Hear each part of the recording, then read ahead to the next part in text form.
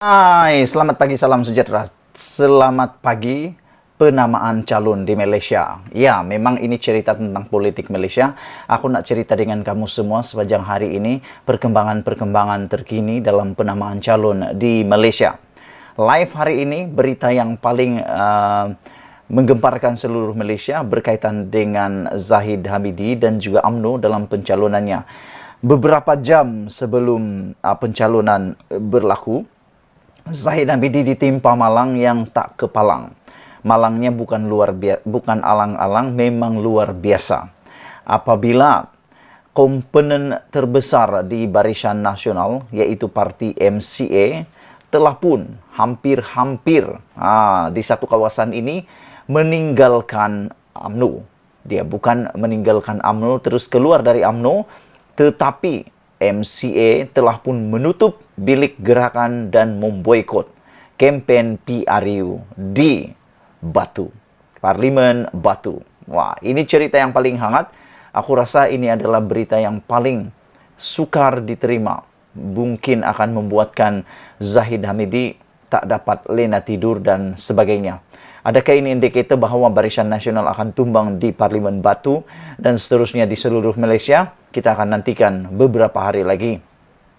Ini semua berlaku akibat insiden penutupan beberapa bilik gerakan UMNO gara-gara tidak puas hati yang turut berlaku di beberapa tempat di seluruh negara, seluruh dunia lah pula, seluruh negara, apabila pemilihan calon yang dibuat oleh Zahid Hamidi menimbulkan ketidakpuasan hati yang melampau daripada kalangan pengundi-pengundi, calon dan akar umbi. Ini semua melampaui. Aku rasa ini kali pertama sepanjang 60 tahun UMNO berkuasa, sepanjang 60 tahun pernah memerintah, ini kali pertama berlaku begitu teruknya apabila kali ini MCA pula melakukan perkara yang sama, dek marah kepada gabungan mereka yaitu Barisan Nasional. Difahamkan kemarahan bahagian Batu itu berkaitan dengan pembahagian kerusi bagi Parlimen Batu. Kejadian yang direkam selama 13 saat, berdurasi 13 saat itu tular di mana-mana media sosial.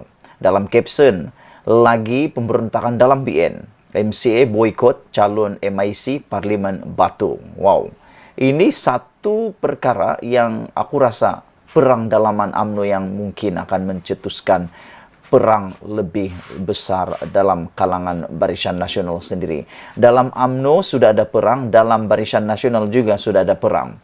Kalau baru-baru ini MIC yang hampir memboikot dan juga tak rasa puas hati karena pemilihan calon, kali ini pula MCA pula memberontak dalam UMNO, BN, dan pula memboikot calon MIC Parlimen Batu.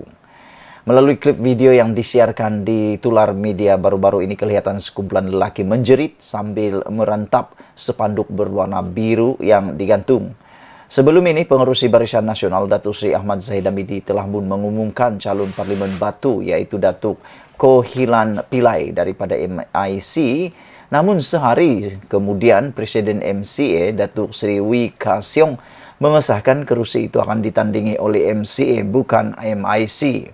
Katanya, keputusan itu dicapai hasil perbincangan dengan Zahid sebagai pertukaran kerusi dengan Parlimen Padang Serai telah pun diberikan kepada MIC. Namun apa yang berlaku? Perbincangan keputusan pertukaran kerusi yang telah dibuat itu seakan-akan telah pun dikhianati oleh Zahid Hamidi apabila akhirnya BN mengesahkan Koh Hilan akan kekal sebagai calon gabungan itu di Parlimen Batu. MCA kemudian mengumumkan Yee Teow Look sebagai calon mereka di Parlimen Batu. Namun Presiden MIC Tan Sri S.A. Vignesawaran menegaskan calon MIC akan tetap bertanding di Parlimen Batu. Menurut laporan Sinchu Daily, Yu dan Ketua Bahagian MCA Batu yaitu Lim Beng Hian mengetuai kira-kira 20 orang menurunkan kain rentang dan menutup pusat operasi itu hari ini. Yu enggan mendedahkan butiran lanjut, namun katanya tindakan mereka hari ini adalah kerana MCA bahagian Batu sangat marah. Saudara-saudara, apakah ini adalah manifestasi kepada perasaan ahli dalaman Barisan Nasional yang sudah memuncak marah terhadap kepimpinan Zahid Hamidi?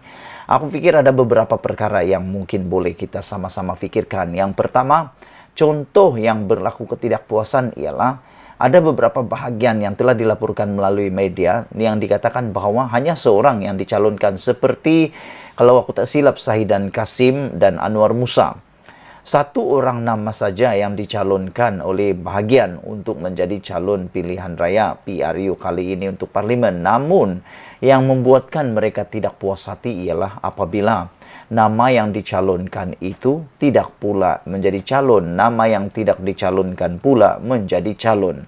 Itulah yang mereka tidak puas hati. Bukan karena tidak jadi dicalonkan seperti Sahidan dan Anwar Musa, tapi sumber mengatakan bahwa mereka tidak puas hati kerana nama yang dicalonkan tidak pula dicalonkan. Nama yang langsung tak ditulis pula menjadi calon pula.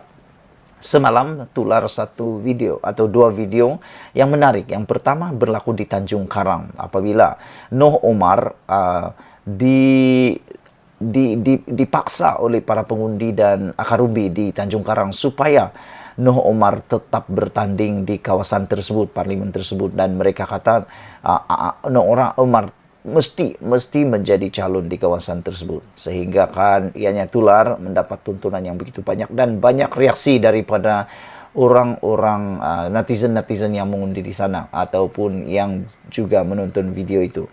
Video yang kedua yang tular juga ialah membabitkan amukan daripada seorang lelaki yang menuntut supaya calon yang mereka mahu, calon tempatan di kawasan tersebut, patut dicalonkan oleh UMNO dan Barisan Nasional. Tapi menurut laporan sumber yang kita terima, video tular itu mengatakan bahwa mereka tidak puas hati kerana calon yang dicalonkan di kawasan itu bukan anak tempatan dan bukan orang tempatan yang memahami keperluan mereka. Dan mereka sebenarnya tidak mahu calon itu di kawasan tersebut. Yang menarik juga apabila calon Greek, siapa lagi kalau bukan, kamu tahu siapa kan? Calon Greek juga ditolak oleh akar umbi di kawasan Greek sendiri apabila mereka kata mereka mahu calon tempatan. Yang menarik juga ialah penamaan calon hari ini kita akan melihat Khairi Jamaluddin akan bertarung menentang di Sungai Buloh.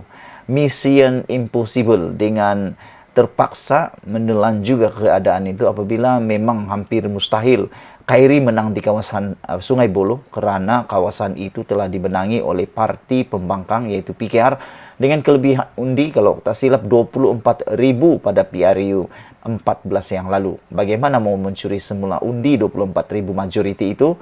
Itulah yang hampir mustahil. Dan kemarin apabila Khairi bercakap tentang Sungai Buloh, orang mula memberikan reaksi. Mereka kata, kenapa bertahun-tahun ataupun kenapa Khairi semasa jadi Menteri Kesihatan, Khairi tidak meningkatkan kualiti di Sungai Buloh. Sudah menjadi ahli calon di pilihan raya, barulah beliau bercakap tentang meningkatkan kualiti Hospital Sungai Buloh, kata netizen yang melihat video tersebut. Sekian untuk kali ini. Jangan lupa terus ikuti penamaan calon di seluruh Malaysia. Kita jumpa lagi. Bye-bye.